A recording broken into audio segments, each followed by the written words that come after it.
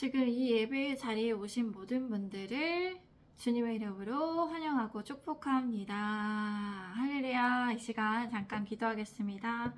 거룩하시며 존귀하신 하나님 감사드립니다. 이 시간 우리가 하나님 예배 드릴 수 있도록 인도하여 주시고 은혜를 내려주시는 하나님께 감사를 드립니다. 하나님 아버지, 이 시간 하나님 예배하고 하나님을 경배합니다. 하나님께 영광을 올려드립니다. 하나님 이 시간 함께하여 주시옵시고 우리를 지도하여 주시옵소서. 하나님의 말씀을 들을 때 하나님의 말씀을 듣고 깨달을 수 있는 은총과 지혜와 지식도 이 시간 허락하여 주시기를 원합니다. 주님 다스려 주시고 통치하여 주시옵소서. 주님께 맡겨 올려드리며 이 모든 말씀 우리 구주 예수 그리스도의 이름으로 기도드립니다. 아멘. 오늘 설교의 주제는 예수 그리스도를 믿는 자가 의인입니다. 예수 그리스도를 믿는 자가 의인입니다. 로마서 3장은 유대인들에게 당하게 될 심판과 하나님의 참되심에 대해서 말하고 있습니다. 또한 모든 사람이 죄를 범하였기 때문에 어떻게 모든 죄인이 구원을 얻을 수 있으며 의를 얻을 수 있는지를 질문하고 설명하고 있습니다. 모든 사람이 예수 그리스도를 믿음으로 의인이 될 수 있다는 것을 말하죠. 이것이 하나님의 은혜입니다. 제가 1절부터 4절까지의 말씀을 읽겠습니다. 그런즉 유대인의 나음이 무엇이냐? 할례의 유익이 무엇이냐? 범사에 많으니 우선은 그들이 하나님의 말씀을 맡았음이니라. 어떤 자들이 믿지 아니하였으면 어찌하리요? 그 믿지 아니함이 하나님의 미쁘심을 패하겠느냐? 그럴 수 없느니라. 사람은 다 거짓되되 오직 하나님은 참되시다 할지어다. 기록된 바 주께서 주의 말씀에 의롭다 함을 얻으시고 판단 받으실 때에 이기려 하심이라 함과 같으니라. 아멘. 로마서 3장은 이렇게 로마서 2장의 내용에서 이어지고 있습니다. 2장의 내용과 관련이 있어서 계속 이어지는 내용입니다. 유대 사람의 나음과 유대 사람의 무슨 특권과 혜택이 있겠는가? 할례의 무슨 유익이 있겠는가? 라고 이렇게 물으면서 시작하죠. 계속해서 유대인과 할례에 대해서 바울은 얘기했습니다. 유대인들은 범사의 모든 면에서 특권이 있습니다. 우선은 유대인들이 하나님의 말씀을 맡았기 때문입니다. 하나님의 말씀을 먼저 들었고 하나님의 택하신 백성으로서 유대인들이 하나님의 말씀을 들었고 알았기 때문이죠. 그러나 유대인들 가운데 어떤 자들이 믿지 아니하였으면 어떻게 할 수 있겠습니까? 유대인들 가운데 믿지 아니한 자를 말하는 것이에요. 그 믿지 아니함으로 하나님의 미쁘심이 신실하심이 피할 수 있느냐? 그렇지 않죠. 하나님의 미쁘심과 신실하심을 절대로 피할 수 없습니다. 사람은 다 거짓되지만 오직 우리 주 하나님께서는 참되신 분이시기 때문입니다. 하나님은 진실되십니다. 성경에서는 이렇게 기록되어 있습니다. 이 말씀은 시편 51편 4편을 인용한 말씀입니다. 하나님께서의 말씀은 절대적으로 의롭습니다. 하나님께서 판단하실 때 반대의 세력에도 이기실 수 있다는 뜻입니다. 제가 5절에서 8절까지의 말씀을 읽겠습니다. 시작. 그러나 우리 불의가 하나님의 의를 드러나게 하시면 무슨 말 하리요? 내가 사람이 말하는 대로 말하노니 진노를 내리시는 하나님의 불의하시냐? 결국 그렇지 아니하니라. 만일 그러하면 하나님께서 어찌 세상을 심판하시리요? 그러나 나의 거짓말로 하나님의 참되심이 더 충성하여 그의 영광이 되었다면 어찌 내가 죄인처럼 심판을 받으리요? 또는 그러면 선을 이루기 위하여 악을 행하자 하지 않겠느냐? 어떤 이들이 이렇게 비방하여 우리가 이런 말을 한다고 하니 그들은 정죄받는 것이 마땅하니라. 아멘.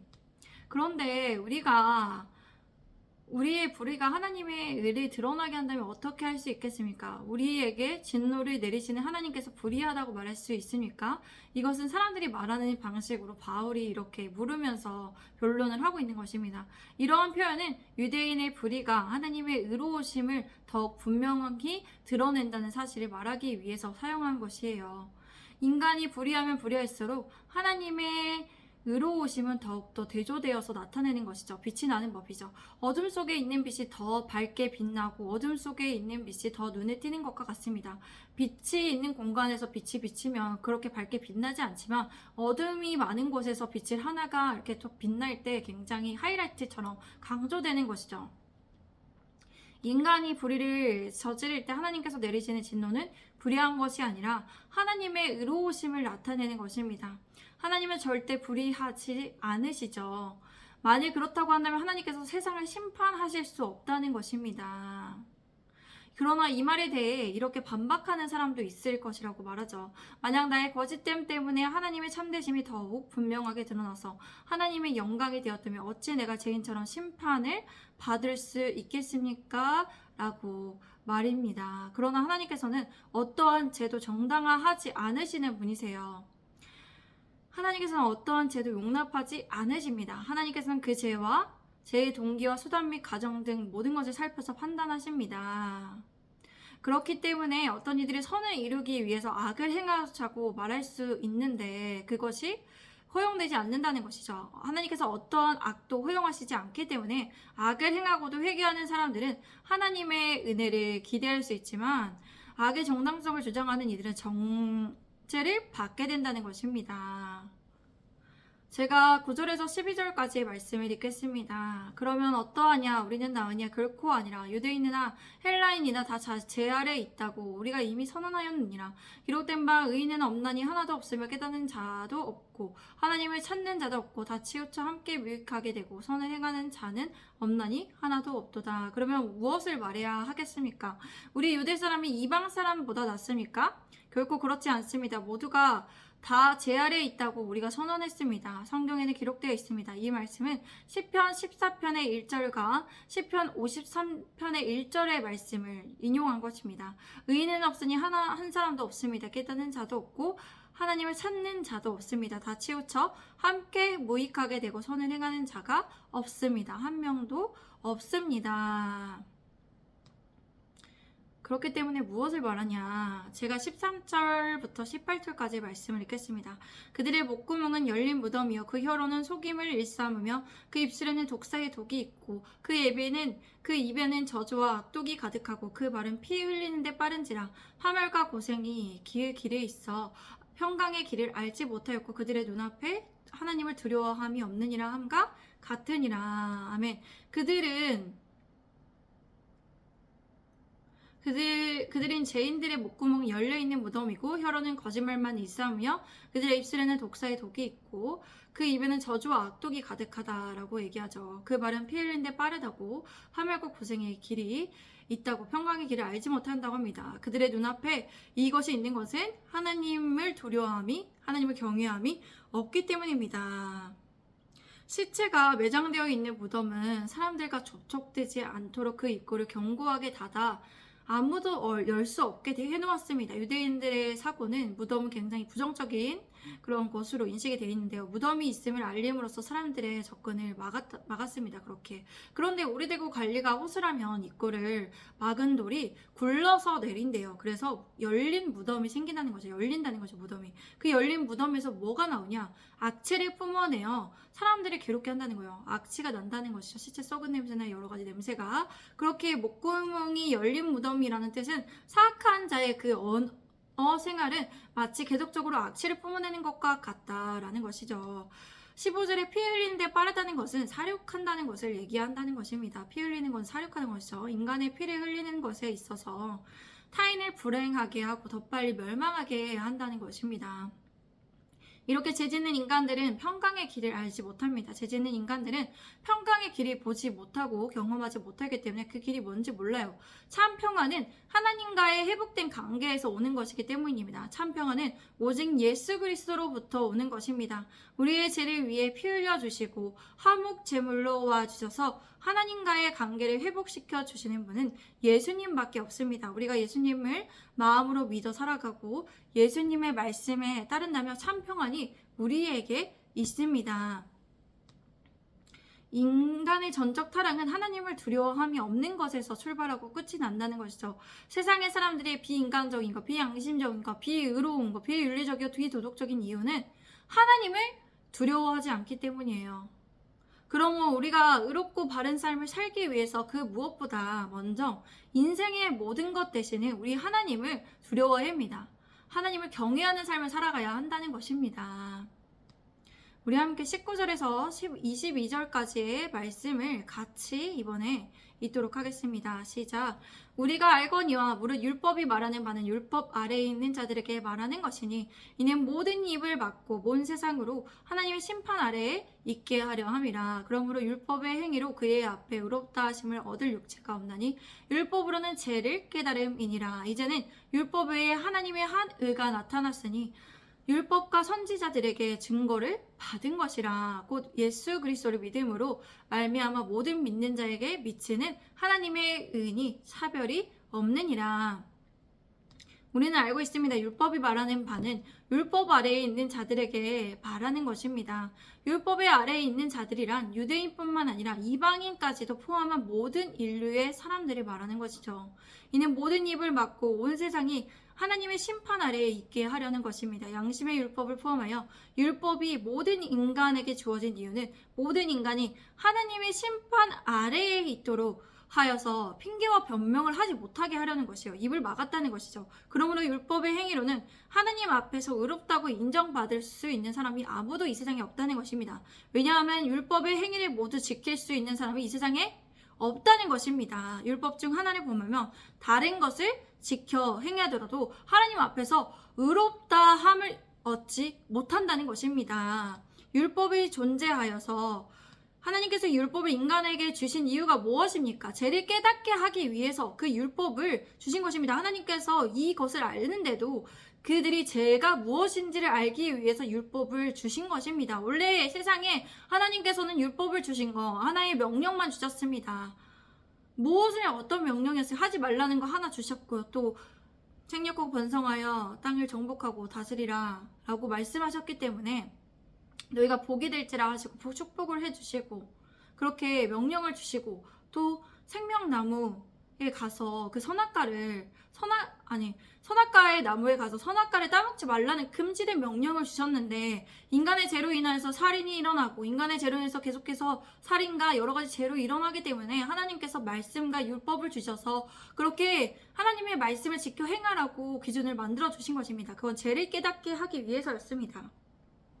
이 세상에 죄 있는 인간이 없습니다. 자신이 죄가 없다고 생각하는 것은 자신이 어떠한 죄를 짓는지 모르기 때문이에요. 자신이 죄를 인정하지 않을 만큼 교만하기 때문이기도 합니다. 율법을 기준하여 보면 세상에는 죄를 짓지 아니하는 사람이 아무도 없습니다. 그러나 이제 율법 외에 하나님의 한 의가 나타났습니다.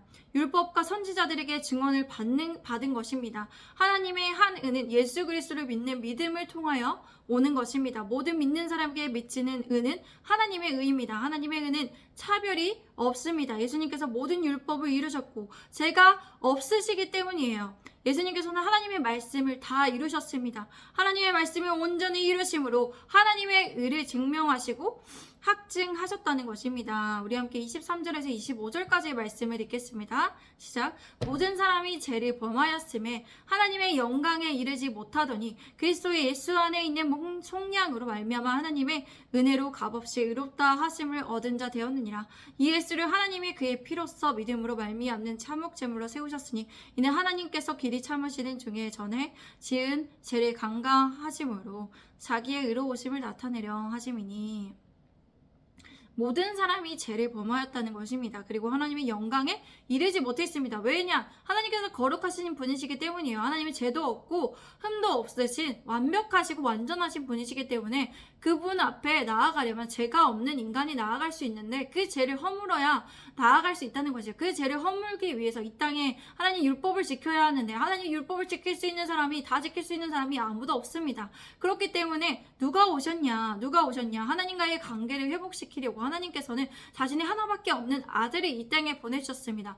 그 화목제물로 그 아들이 죄에 대한 대가를 이 세상에 있는 짐을 모두 죄를 지고 예수님께서는 십자가에 못 박혀 죽으셨습니다. 십자가에 인류의 죄를 지고 십자가에 못 박혀 죽으셨습니다. 신의 아들이 그렇게 한 명이 죽었기 때문에, 그 한 명이 신의 아들이 죽었기 때문에 그 피가 모든 죄를 씻긴다는 것입니다. 그 피는 어떠한 피냐? 모든 율법을, 하나님의 율법을 다 지키고 완성시켰기 때문에, 하나님 말씀을 이루셨기 때문에, 그 신의 아들이라는 것을 부활하셔서 확증하셨기 때문에 그 하나님의 은혜의 선물을 하나님께서 주셨습니다.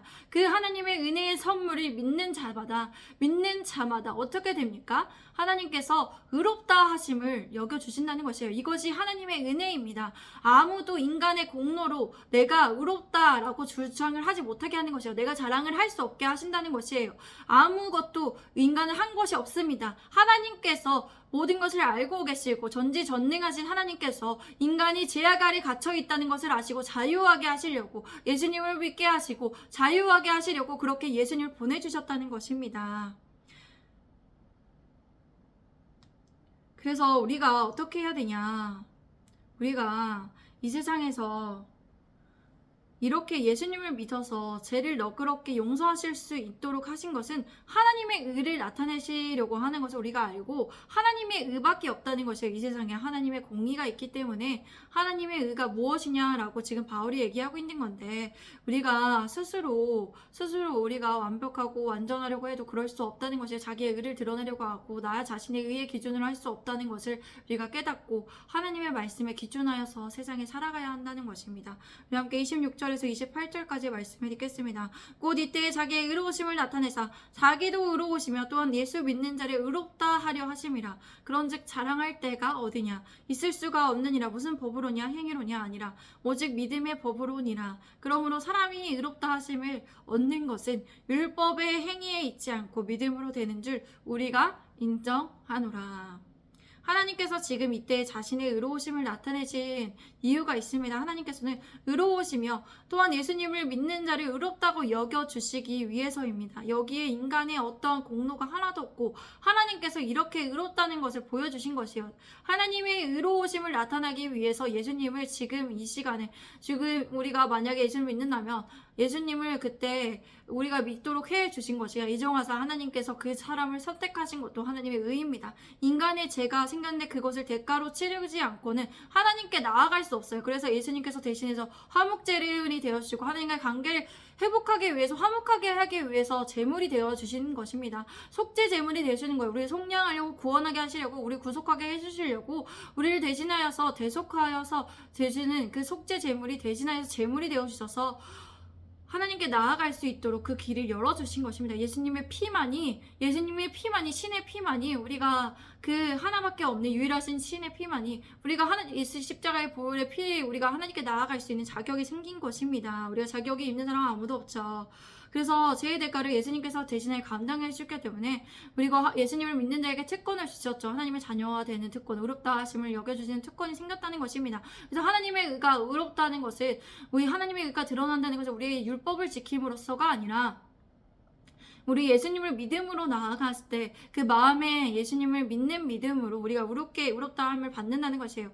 무슨 법으로 의롭다고 되는 것이 아니라, 행위의 법이 아니라 믿음의 법으로 되는 것입니다. 믿음으로 하나님께 나아가서 마음에 우리가 믿었을 때 그 하나님의 마음의 중심을 보시고 감찰하시고 그 가정과 태도를 아시는 하나님께서 그 마음을 보셨을 때 마음을 감찰하시고 우리를 의롭다고 여김을 받게 해주신다는 것이에요. 그런데 이런 마음에 믿는 것이 행함이 없는 믿음이 절대 될 수가 없습니다. 우리의 마음이 있다면 이것이 행위로 나타나게 돼 있습니다. 기도로 나오든지, 그것이 하나님의 말씀에 어떤 섬김으로 나오든지, 하나님의 말씀에 기준하여서 어떤 사람을 사랑하는 것이, 어떤 사람을 이해해주고 배려해주고, 어떤 사람을 사랑으로 품어주고, 어떤 사람이 이웃을 네 자신과 같이 사랑하는 그 말씀에 인각하여 그렇게 살아갈 수 있고, 참고 인내주고 오래 참는 사랑으로, 이렇게 기쁨으로 또 여러 가지 그 열매로 나타나서 빛의 열, 착각과 의로움과 진실함의 열매로, 사랑과 희락과 합병과 오래 참음과 담비와 양성과 충성과 온유와 절제의 열매로 나타나서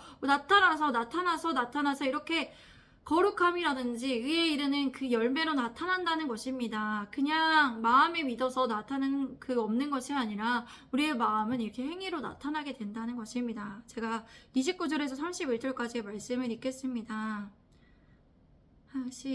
제가 읽겠습니다. 하나님은 다만 유대인의 하나님이시냐 또한 이방인의 하나님은 아니시냐 진실로 이방인의 하나님도 되시니라 물 할례자도 믿음으로 말미암아 또한 무와 할례자도 믿음으로 말미암아 의롭다 하실 하나님은 한 분이시니라 이시니라 그런즉 우리가 믿음으로 말미암아 율법을 파기하느냐 그럴 수 없느니라 도리어 율법을 굳게 세우느니라. 하나님께서 유대인만의 하나님이 아니시라는 거예요. 이방인들의 하나님도 되십니다. 그렇게 할례자도 무할례자도 믿음으로 말미암아 의롭다 하고 여김을 받을 수 있게 하시는 분은 오직 하나님이시라는 것이요. 살갗에 호피를 비는 것이 중요한 것이라. 그것이 구약 시대의 아브라함 때 그때는 언약의 표준 하나님과의 언약의 관계에 나타내는 것이었어요. 그런데 그것이 중요한 것이 아니라 예수님을 믿음으로 하나님께 의롭게 여김을 받는 것이 중요하죠. 예수님의 믿음으로 행위가 아니라 유대인들이 헷갈리고 있다는 것이에요. 그 예전에 예수님 오기 전에 그 율법에 있었던 그것들로 인해 헷갈리고 있었기 때문에 이렇게 바울이 얘기를 해주고 있습니다. 그런즉 믿음으로 하나님의 율법을 파기할 수 없다는 것이에요. 도리어 하나님의 율법을 굳게 세울 수 있어요. 왜 그러냐? 예수님께서 하나님의 율법을 하나님의 말씀을 다 이루셨어요. 이 땅에 오셔서 하나님의 말씀을 다 이루시고 완성하시고 완벽하게 다 이루셨기 때문에 가능한 것입니다. 그러므로 예수님을 믿는 사람이 하나님의 율법을 다 이룰 수 있도록 예수님께서 해주시는 이유가 무엇입니까? 예수님께서 우리의 대제사장이 되시고 예수님께 길과 진리와 생명이 되시고 예수님께서 우리가 회개가 나올 때 우리를 용서해 주고 용납해 주시는 분이시기 때문입니다. 예수님의 피가 있기 때문에 예수님을 믿음으로 나아갈 때 그렇다고 우리가 회개하지 않고 있는다면 그것은 회개의 하나님의 진도가 그대로 머무르고 있는 것이기 때문에 우리가 회개해야 합니다. 죄를 지었을 때 우리가 근데 죄를 안 짓는 경우가 없어요.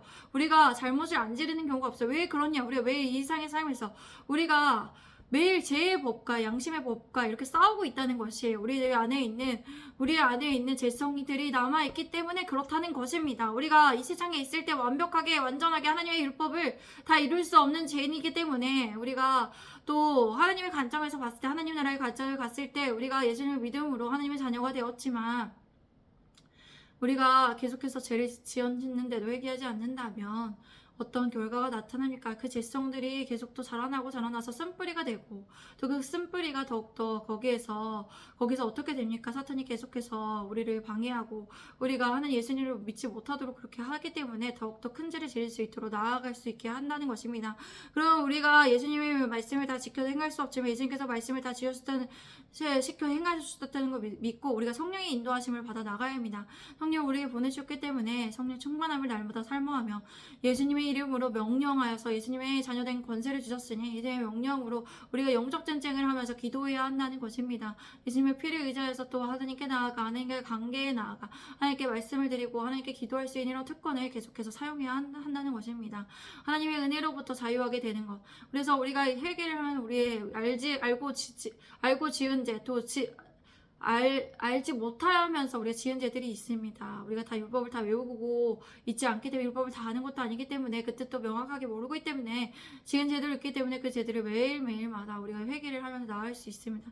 예수님을 믿음으로 예수님 믿습니다 하면서 예수님은 저의 모든 죄를 용서해 달라고 제가 알지 못하는 죄들도 용서해 주시고 하나님께 나아갈 수 있도록 은혜를 내려주고 불쌍히 여겨달라고 이렇게 하나님 앞에 통회하는 마음으로 나아가야 한다는 것이며 매일마다 내가 죄인이라는 것을 알아야 한다는 것입니다. 완성이 될 때는 하나님의 나라는 이 땅에 완벽하게 이루어지지 않기 때문에 우리가 나중에 죽어서 우리가 하나님의 나라에 가기 때문에 천국에 이미 완성된 나라는 하나님의 나라에 우리가 천국에 갔을 때 이루어지기 때문에 이 세상에서 계속 있을 때 영적 전쟁을 하면서 나아가야 한다는 것입니다. 그래서 우리 사랑하는 성도분이 매일마다 우리가 예수님의 믿음으로 의롭게 여김을 받으면서 매일마다 날마다 종로로 바울이 그렇게 얘기했던 것처럼 매일마다 그렇게 주님 안에서 예수 그리스도의 십자가에 못 박혀서 우리의 죄성이 우리의 탐욕감, 우리의 교만감, 모든 시기 질투와 모든 음란감, 모든 악한 것들이 다 죽어서 매일마다 죽여져서 정말 새롭게 되어서 정말 우리가 예수님 안에서 정말 거룩함으로 사랑으로 희락으로 화평으로 우리 참으로 그 약함과 의로움을 진실함을 순결함으로 하나님 앞에 거룩함으로 나아가야 공의로 나아가야 한다는 것입니다. 이 사실을 잊지 마시고 매일마다 하나님 앞에 의롭게 여기심을 받는 모든 성도분들이 되시기를 예수 그리스도의 이름으로 기도합니다. 아멘. 우리 이 시간 함께 기도합니다. 거룩하시며 존귀하신 하나님 감사합니다. 주님 매일마다 하나님을 만나기를 원합니다. 매일마다 날마다 하나님을 찾고 구하며 하나님의 은혜를 구합니다. 우리 안에 있는 이런 죄성들이 날마다 죽어지게 하시고 날마다 변화되게 하시고 날마다 새롭게 하여 주시옵소서. 하나님을 아는 지식이 날마다 자라나게 하시고 하나님 무엇보다 사랑하는 우리 모두가 될 수 있게 하여 주시고 하나님의 인도하심을 받게 하시고 성령님의 인도하심을 성령 충만함을 늘 사모하는 모두가 될 수 있도록 성령의 능력으로 이길 수 있게 하여 주시옵소서. 주님 감사합니다. 이 영상을 모든 분들에게 보신 분들을 매일 회개의 영을 부어주시고 주님 앞에 매일마다 회개하며 매일마다 하나님 앞에 십자가에 못 박히는 그런 중노로 날마다 중노로의 신앙으로 살아가며 하나님께 영광 올려드리고 매일마다 부활의 기쁨을 누리며 부활의 신앙으로 정말 하나님 안에서 즐거워하고 기뻐하는 구원받는 그 기쁨을 알아 매일마다 기뻐하는 모두가 될 수 있도록 평강의 복도 누리는 모든 사람들이 될 수 있도록 도와주시고 함께해 주옵소서. 주님 사랑합니다. 예수 그리스도의 이름으로 기도드립니다. 아멘. 감사합니다. 오늘도 내일의 로마서 4장을 보도록 하겠습니다. 감사합니다. 오늘도 수고 많으셨어요.